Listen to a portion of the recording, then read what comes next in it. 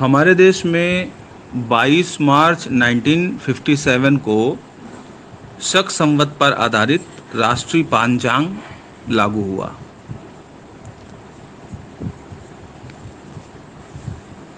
शक संवत पर आधारित राष्ट्रीय पंचांग 22 मार्च 1957 को लागू हुआ।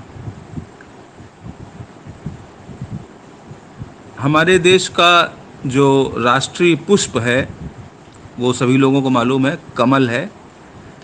लेकिन हो सकता है कमल न पूछ करके उसका बायोलॉजिकल नेम पूछ लिया जाए। तो बायोलॉजिकल नेम है नेलंबो न्यूसीफेरा। कमल का बायोलॉजिकल नेम नेलंबो न्यूसीफेरा।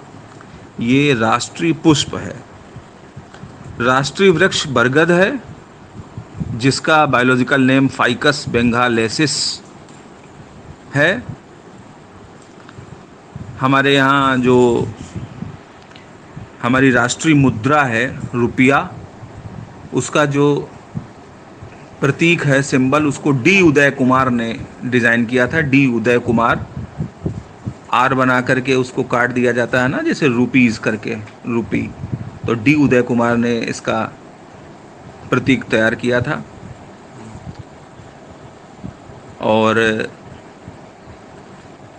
इसी तरह से हम आपको आगे के पॉइंट्स में बताना चाहेंगे कि इंडियन ओशियन के कुछ आइलैंड हैं जिनमें भारतवर्ष का कब्जा है, लेकिन ये पूछा जाता है और ये हिंद महासागर में हैं, आइलैंड हैं। ये नाम पूछ लिए जाते हैं, जैसे मालदीव्स है, चागोस है, फारखेसर है, मॉरिशस है, डियागो गार्सिया है, मेडागास्कर है। ये हमारे इंडियन ओशियन के आइलैंड हैं। एक बात और बताएंगे आपको टेरिटरीज़ के बारे में कि हमारे यहाँ ब्रिटिश टेरिटरी तो थी ही पूरी इंडिया, लेकिन फ्रेंच टेरिटरी और पुर्तगीज़ टेरिटरी भी थी। सभी को मालूम है कि पुर्तगीज़ गोवा पे काबिज रहे और गोवा में 1961 को वो गए। लेकिन क्या गोवा ही केवल पुर्तगीज़ टेरिटरी था? नहीं, दादरा और नगर हवेली, दमन एंड दीव, ये भी थे। और आपको बता दें कि ये 3 पुर्तगीज़ टेरिटरीज़ में पहली टेरिटरी दादरा और नगर हवेली थी, जो 21 जुलाई 1954 को उन्होंने खाली किया था, यानी छोड़ के गए थे।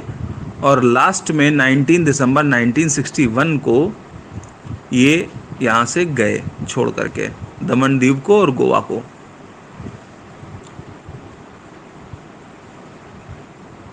गोवा हमारे देश का 25वां स्टेट बना 1987 में 56वें संविधान संशोधन अधिनियम, कॉन्स्टिट्यूशनल अमेंडमेंट के तहत।